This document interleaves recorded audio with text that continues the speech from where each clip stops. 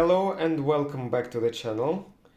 Today I'm reviewing the LEGO Technic set 42178 Surface Space Loader.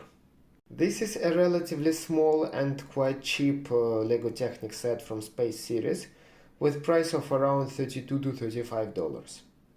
The set includes the rover itself, or the loader, how LEGO calls it, and a small pressurized, which is supposed to be pressurized in reality, gateway for the connection of livable units.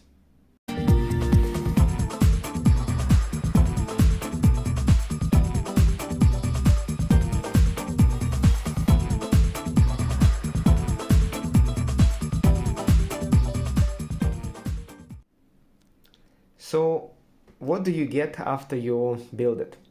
So you have a small Martian rover, which you can control from behind. So behind there are two turning wheels, one which is supposed to be responsible for the turning of the rover itself, and another one, we'll speak about it later, is responsible for suspension. In front, when you remove the protective glass for better view, you can see the driver's position of the driver, like driver's seat, and two small instruments to explore the Martian surface under the rover. This is how the same looks with the protective front glass in front after I put it back. The rover has pretty big wheels which are supposed to perform well on the unpredictable Martian terrain. Now the main and most interesting feature of this loader is the adjustable height or suspension height of the system.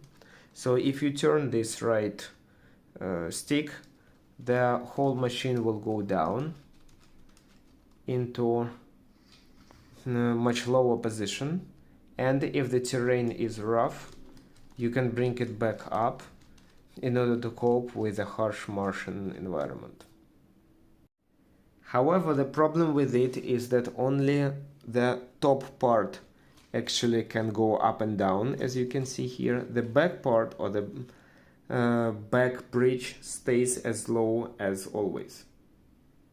In my opinion, in real life it doesn't, or it wouldn't make sense, because in case there are big rocks, you can lift the front, but then you cannot move over it with the back part being so low.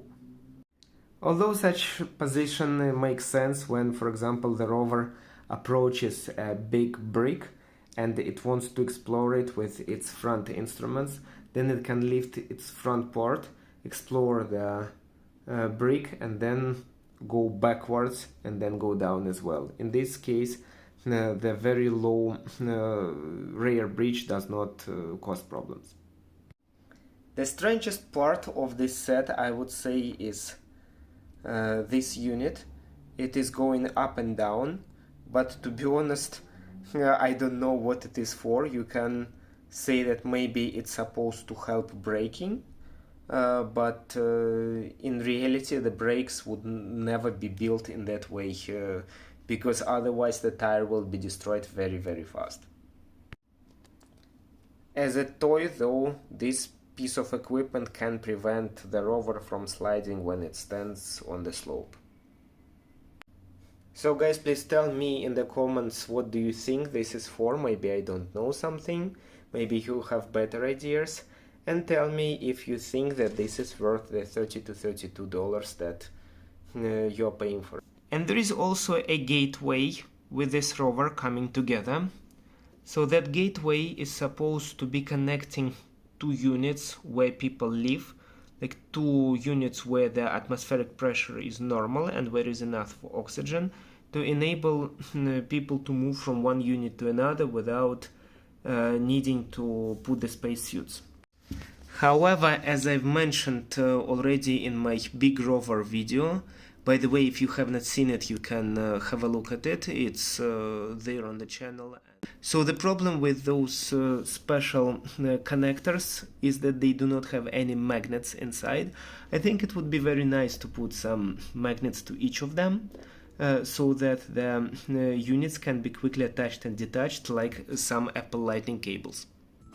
Please let me know in the comments what other series or sets do you want me to review, as well as other stamp toys. Thank you, subscribe for the channel, and see you later with new videos.